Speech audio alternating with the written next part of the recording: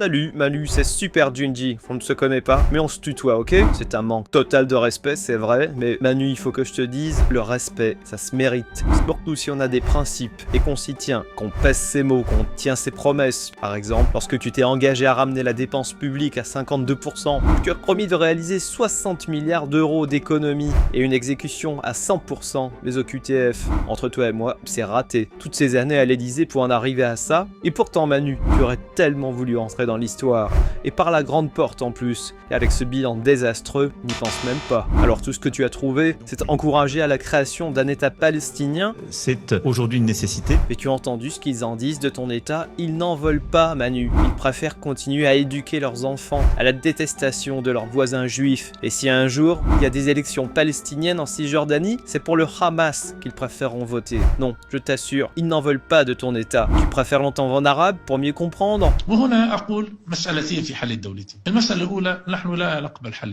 Ah, mais je me trompe, c'est à d'autres Palestiniens que tu penses. Les modérés, pas les islamistes du Hamas. Mais ceux qui ont élu Mahmoud Abbas pour 4 ans, il y a 20 ans, Manu. 20 ans, durant lesquels ils n'ont rien fait, à part construire un système politique corrompu, dilapider les aides internationales et surtout refuser toutes les propositions de sortir de cette situation. S'ils avaient accepté, ils l'auraient eu depuis longtemps leur État, de la même façon que la guerre cesserait, s'ils acceptent de libérer les otages israéliens. Alors sois cohérent, Manu. Je sais, c'est un mot difficile pour toi. En même temps, pardon, je me moque, mais en même temps, lorsqu'on accepte les milliards d'investissements du Qatar en France, la cohérence, surtout quand on sait que le Qatar finance aussi le Hamas et les frères musulmans. Ah oui, les frères musulmans, ce ne serait pas plutôt eux dont tu as cherché à calmer les frustrations avec cette annonce sur l'État palestinien? Ils t'ont fait peur, Manu, les frères musulmans? Tu as peur qu'ils te tirent par le bout du nez? Pardon, par le doigt? Ou bien qu'eux aussi te mettent une gifle?